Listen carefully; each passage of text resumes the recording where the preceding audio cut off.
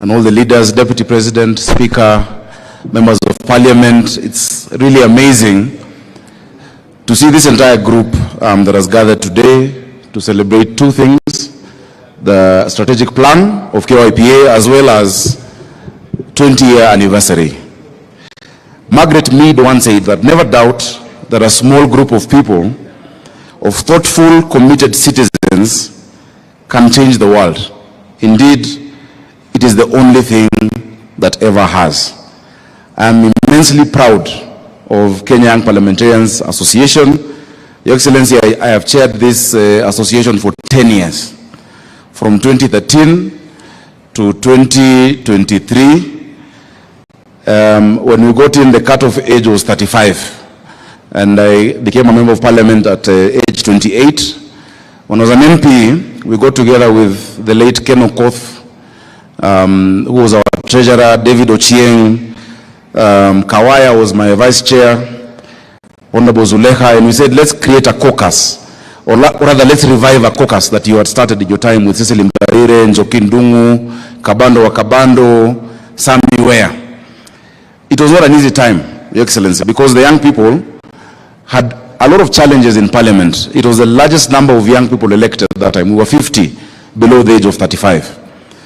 I was also the chair at that time of the Committee on Cohesion, and it was a joint committee. I was chairing very old people. You know, General Kaiseri, the late Otenu Kajwang, Chris Obure, and they would wonder, what is this young person going to tell me? How can this person be a leader? And that time I was also chair of the ruling party. And you can imagine someone like Senator Haji, a member of TNA, was older than my father. But I was inspired by the words of the Bible in 1 Timothy 4:12. That says, and it's relevant today as it was that time, do not let anyone look down upon you because you are young, but set an example to the believers in conduct, in love, in faith, and in purity. I want to encourage the young members of Parliament here. Let no one look down upon you because you are young. Set an example. And I think that example has given us great products in KYPA. Your Excellency, Mheshimiwa Methu has given us an example. At every turn, when our country needed to move to the next level, it is the young people of this country who played a part. In the 50s, going into the 60s, it was the tomboyers. Tomboya in his 20s. If you look at the history of our country, the Littleton Constitution, the Lennox Board settlement, up until Lancaster, he was in his 20s. He would command respect in London. He would stay at the Piccadilly, while the old wazers like Jaramogi and the rest would be put in a dormitory. That was Tomboya. Mwai Kibaki became executive director of KANU at 32. You know, the next generation that needed to take us to the next level, multipartism, they were young people. It was the Orengos.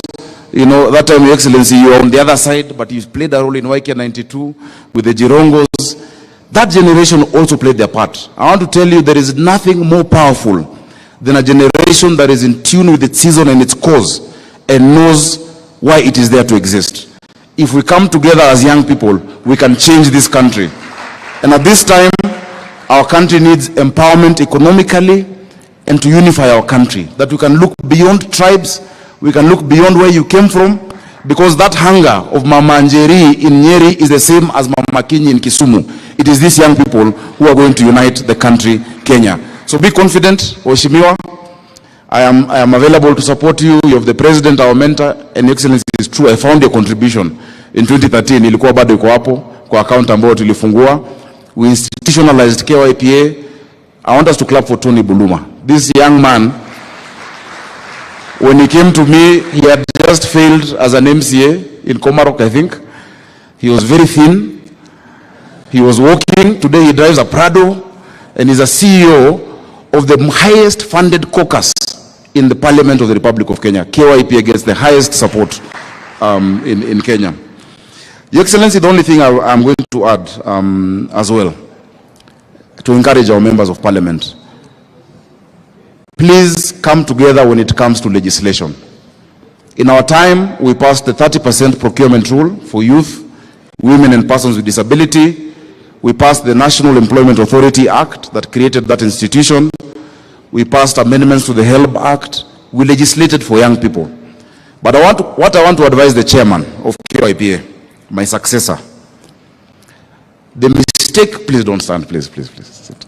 The mistake you would make, we made a conscious decision in 2013 that in KYPA, we would never discuss politics. That is why KYPA exists to date. We saw other caucuses. I remember that time Kewopa, they could not even meet because they took sides politically. The issues of young people do not know political sides. And let me tell you, Mheshimiwa Mukunji, a young person in Embu has more in common with a young person in Kisumu than he has with his father in Embu. The young people of this country we have more that unite us than what divides us. So I would urge you, please, never allow the political discussion to come within KYPA. Focus on issues of young people. That time my Secretary General was David Ochieng, ODM. My Vice Chair was Kawaya of Wiper. Ken Okoth was the Treasury from ODM. We had mixed each other. We had TNA, we had URP. And I think that is the situation that you have as well today. Finally, Your Excellency, young people of Kenya are ready to lead. And they are able to lead. Trust us with leadership. We want to see more young people around you. In our time, we set up what we called reference groups. Mheshimiwa Keter there was part of a reference group, and after that he became a member of parliament.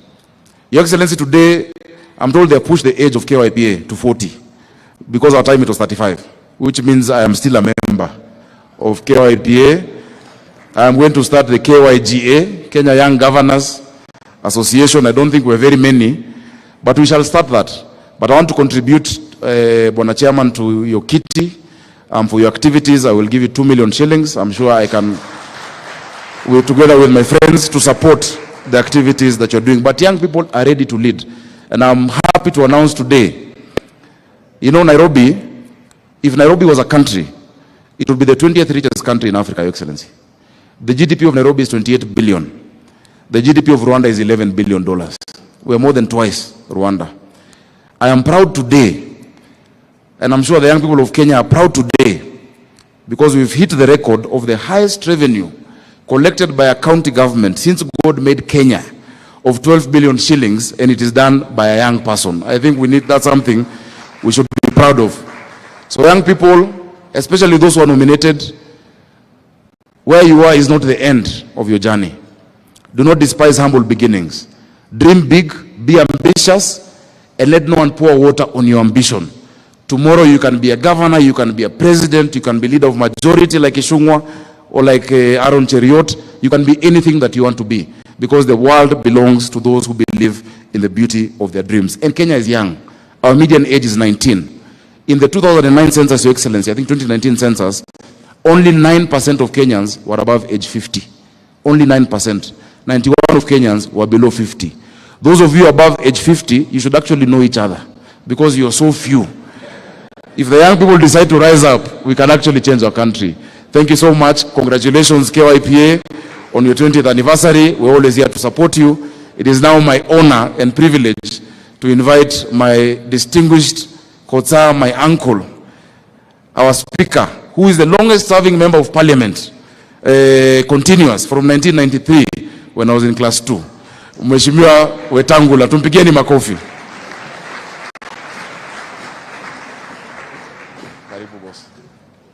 Thank you. Thank you, Governor. Your Excellency, our President.